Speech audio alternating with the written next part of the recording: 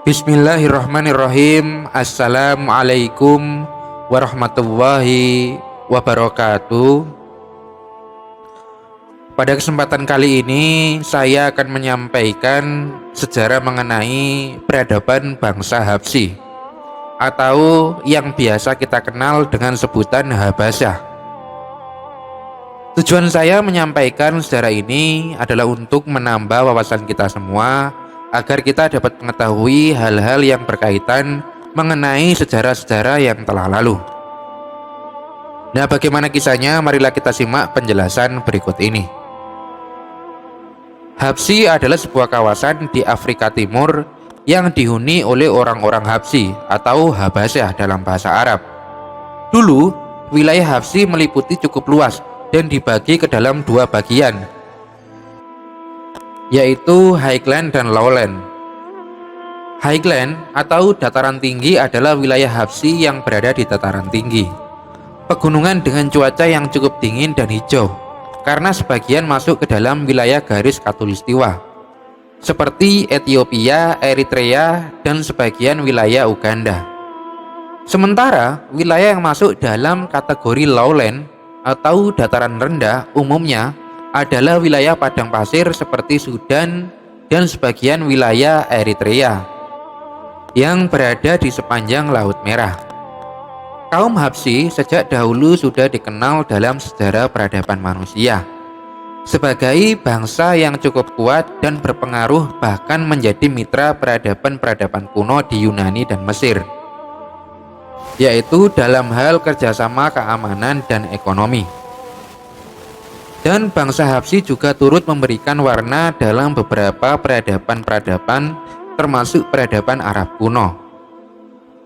Beberapa bahasa Habsyiyo atau bahasa Ahmariyat yang merupakan bahasa asli orang-orang Habsyi masuk ke dalam bahasa Arab dan menjadi bahasa Arab, dan kemudian hari dan memiliki pengaruh besar di sepanjang Laut Merah termasuk di Yaman.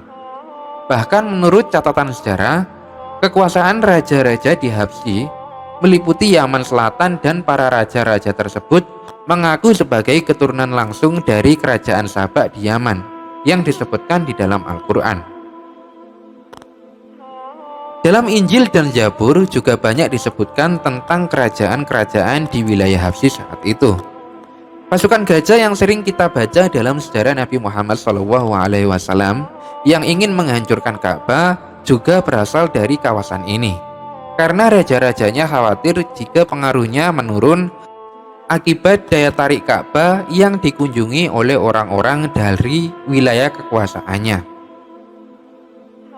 Karena selain Ka'bah yang memiliki daya tarik sebagai pusat peribadatan berhala, juga memiliki sumber air yang tidak pernah kering. Karena itu, raja-raja di wilayah Habsyi ingin menghancurkan Ka'bah. Namun mereka gagal dan menemui jalan buntu. Di wilayah Habsyi terdapat pengikut-pengikut Nabi Musa dan Nabi Isa yang setia pada ajaran asli nabi-nabi mereka.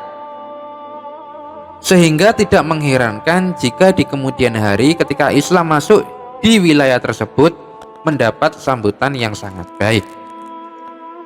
Ketika sahabat-sahabat Nabi Muhammad SAW mengalami penyiksaan dari kaum Quraisy, Nabi meminta mereka untuk berhijrah ke Habsyi atau Habasyah, karena di sana terdapat seorang raja yang baik hati. Umat Islam yang hijrah ke wilayah tersebut hidup dalam kedamaian dan kerukunan, dan mendapat perlindungan dari raja-raja yang ada di wilayah ini. Bahkan mereka hidup dengan leluasa, sehingga secara tidak langsung Islam berkembang dan menyebar di wilayah ini. Nah, wilayah Habsyi yang begitu luas terpecah-pecah menjadi beberapa negara setelah era penjajahan memasuki wilayah ini, di mana sebelumnya pemerintahan Turki Utsmani juga sempat menguasai wilayah ini beberapa tahun, sehingga juga tidak mengherankan jika terdapat peninggalan-peninggalan Turki Utsmani di wilayah ini. Nah, di era penjajahan, Italia menguasai Eritrea dan Ethiopia. Kemudian Inggris menguasai Sudan dan Uganda, dan juga Djibouti. Kemudian selanjutnya Habsyi menjadi negara-negara kecil pasca era kemerdekaan bangsa-bangsa di dunia ini, di mana Eritrea menjadi satu negara pada tahun 1991 setelah referendum yang diselenggarakan oleh pemerintah Ethiopia.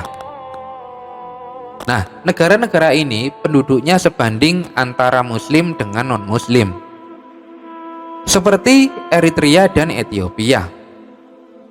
Sementara Sudan, Djibouti, Uganda mayoritasnya adalah muslim. Bahkan negara-negara tersebut masuk ke dalam keanggotaan Organisasi Kerjasama Negara-Negara Islam atau yang biasa disebut dengan OKI, baik sebagai anggota tetap maupun sebagai pemantau.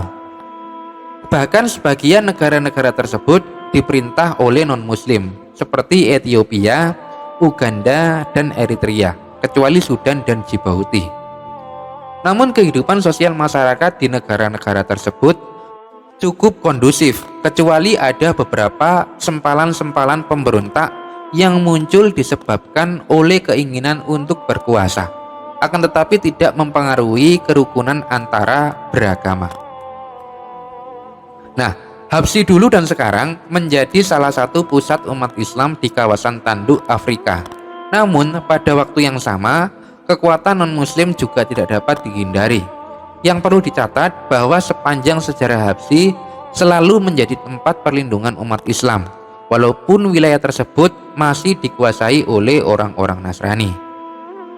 Seperti halnya yang kita tahu bahwasanya Nabi Muhammad SAW pernah memerintahkan para sahabatnya untuk hijrah ke Habasyah atau Habsyi.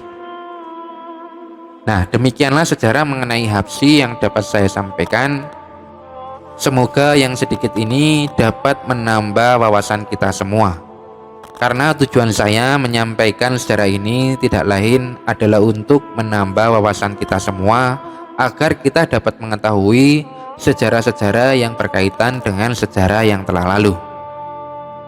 Wallahu a'lam bishawab, billahi taufik wal hidayah. Wassalamualaikum warahmatullahi wabarakatuh.